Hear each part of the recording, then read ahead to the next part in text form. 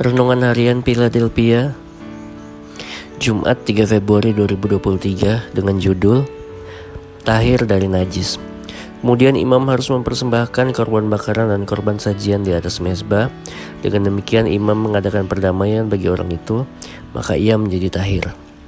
Imamat pasal 14 ayat 20. Bahan bacaan Imamat pasal 13 sampai pasal 15. Di Gunung Sinai, Musa mendapat perintah untuk membuat kemah suci yang menjadi tempat bagi Allah menyatakan diri kepada umatnya. Setelah didirikan kemah suci dengan segala perabotannya, ditetapkan imam-imam yang bertugas menyelenggarakan ibadah. Di samping itu ditetapkan juga berbagai peraturan dalam ibadah dan dalam praktek hidup sehari-hari umat Israel, supaya mereka hidup benar dan kudus di hadapan Allah. Sebagai salah satu ketetapan Tuhan adalah aturan mengenai penyakit kusta. Imamat pasal 13-14 menjelaskan hal bagaimana menangani seseorang yang kena kusta. Imam harus memeriksa penyakit pada kulit itu. Jika benar itu penyakit kusta, maka imam haruslah menyatakan orang najis. Selama ia kena penyakit itu, ia tetap najis dan harus tinggal terasing. Di luar perkemahan itulah tempat kediamannya.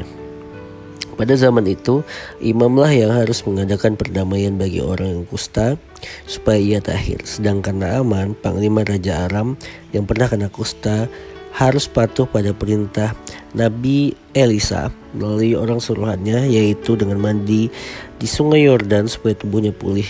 Kondisi yang sangat berbeda terjadi pada zaman Yesus.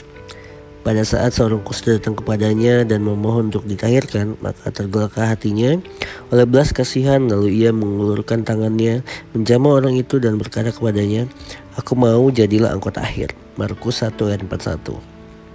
Menurut hukum Taurat, seorang yang kena kusta tidak diperbolehkan berinteraksi apalagi bersentuhan dengan orang yang sehat. Berbeda dengan Yesus, ketika ia menjamah seseorang yang kena kusta, justru orang itu menjadi tahir. Yesaya 59 ayat 2 menyatakan bahwa dosa membuat manusia jauh dari Allah. Layaknya seseorang menjadi najis karena kusta, maka manusia menjadi najis karena dosa. Yesaya pasal 64 ayat 6 mengatakan, "Demikianlah kami sekalian seperti seorang najis, dan segala kesalahan kami seperti kain kotor." Pemulihan terjadi saat Naaman taat kepada perintah Tuhan melalui Nabi Elisa. Orang kusta menjadi tahir saat ia menghampiri dan beriman pada perkataan Yesus. Yohanes 17:17 berkata, "Kuduskanlah mereka dalam kebenaran, firman-Mu adalah kebenaran." Biarlah firman Tuhan menguduskan hidup kita setiap hari. Refleksi, apakah saat ini saudara sedang bergumul dengan dosa?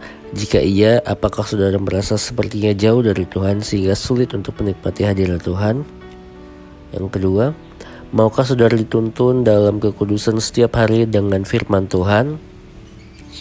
Power statement, hanya kekudusan yang mampu mentahirkan yang najis. Mari kita berdoa. Ampunilah aku dan tuntunlah aku ya Tuhan dengan firman-Mu setiap hari, supaya hidupku kudus dan berkenan selalu. Amin.